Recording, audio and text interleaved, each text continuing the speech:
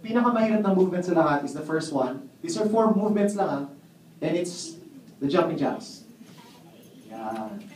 Yan na yung pinakamahirap. Yan. Okay, stop Z. Now, for people with diabetes or people who are overweight, they can do a modified version. Z. So it's as simple as this. Ganun lang siya. Okay? Parang walang naniniwala. Susunod ka na yan. Okay, wait. Ilang reps? 100 reps. Kaya pala pumayat. Just kidding. It's only 10 repetitions. 10 reps lang siya. Jumping jacks, 10 reps. Kaya, di ba? Kaya? Kaya ba? Wala sumas. Yes. Thank you, Sexy Nadine. Okay. Second exercise, body weight squats. It's like this lang. Wait, sorry. Sino, alam niyo ba kung ano yung squat? Yes. Seriously? Seriously? Can I get everyone here to stand up? Stand up, please. Please stand up. Please stand up for a second up. Okay, can everybody, okay, sit down guys. Sit. Wala na, gusto ko lang pagawa. Just kidding. Congratulations, you just did a squat.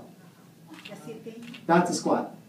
What you just did. A lot of people kasi pag sabi squat, hirap yan. Parang, hello, everybody does it every day. When you sit down and stand up, that's a squat. So to demonstrate it, Coach Tony is gonna do a squat.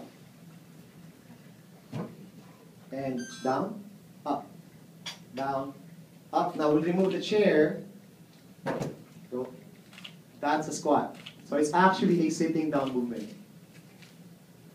Okay, we like the squat because it activates the legs, which is a really good fat burner. It stimulates your metabolism like crazy. Kasi malaking muscle group ang legs.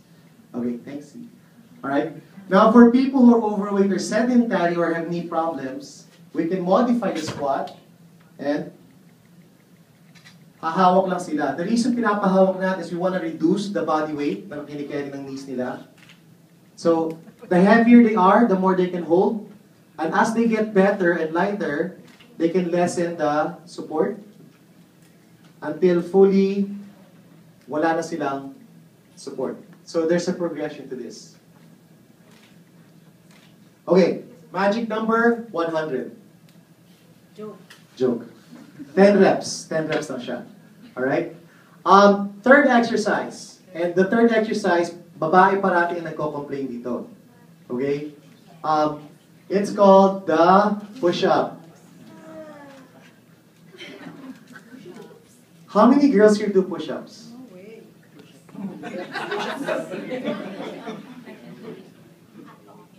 Atomic push-up pa.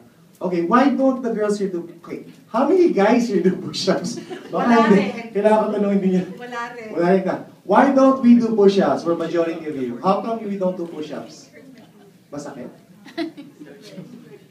Oh, wow. Okay. Usually sasakit tricep nyo kasi that's one of the primary movers. The primary is the chest and the secondary is your tricep. So it's one of the main muscles that fire. Sa mga girls, sino sa inyo may problem dito? Wala pa. Wala nga amin. Okay, wala amin. Sige na. Now, why don't we do the push-up? Because all our lives, ang tinuro sa atin, pag sinabing push-up, ganito kagad.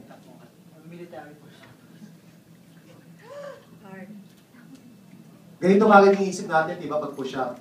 This is actually wrong. Upbeat. Thank you. Ganito sa akin naman yan. Babawi na lang ako. Galing ako yung taga-salita, siya taga-demo. Kaya fit na fit na Okay. This is wrong. That is a push-up. But that doesn't have to be the push-up that you do.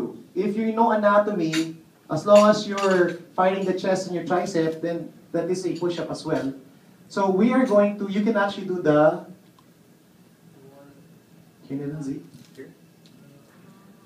Okay, there you go.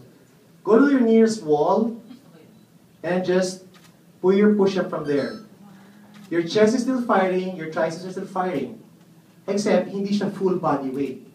And with this, yung tricep nyo, go Z down. See, kung nakikita nyo lang, yung tricep nyo nade-develop na, lumalakas na kagad. Okay? So when people say push-up, don't automatically think kailangan sa floor kayo. Alright? So this is a push-up, step 1.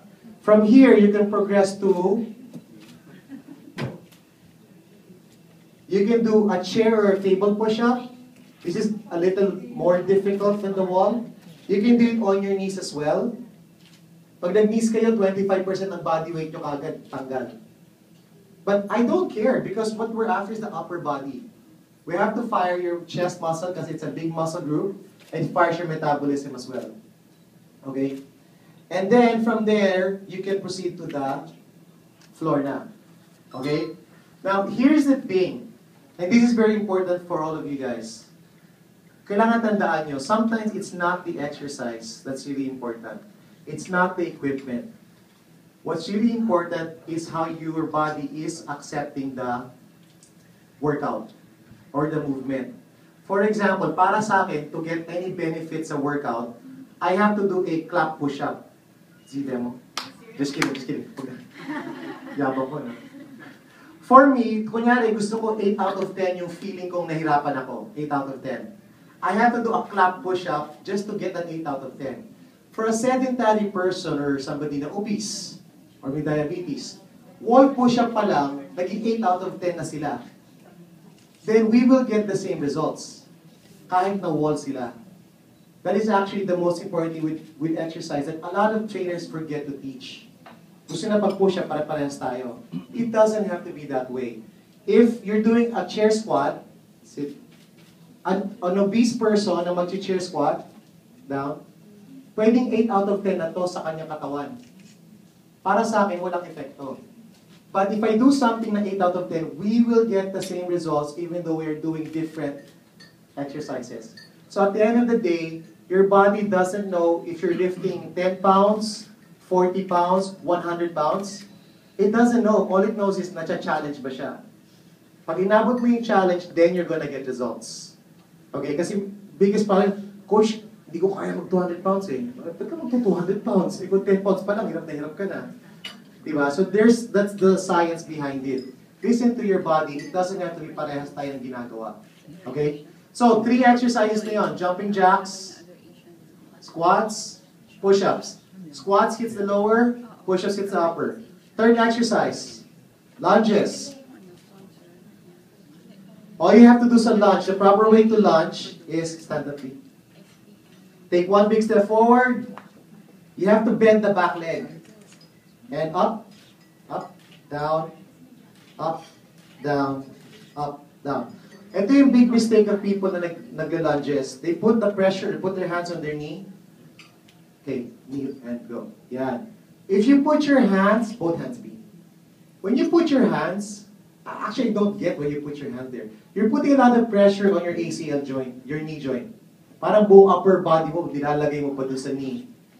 There is no point in doing this. But 80% of everybody I know, pag sabi ko lunge, they put the pressure there. It should be, take 1 step forward and bend the back leg. That's pretty much it. It's the back leg that has to go down, not really the front. The front will follow. But as long as you bend the back leg. This is the safest way to do it. Okay, so this is a 4th exercise. If you are having a hard time, again, if you're sedentary, obese, or out of shape,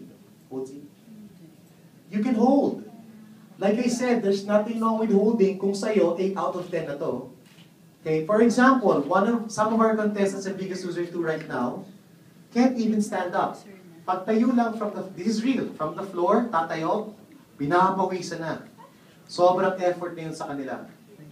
Okay? So, again, it's really your body. Listen to your body. That's the most important thing talaga.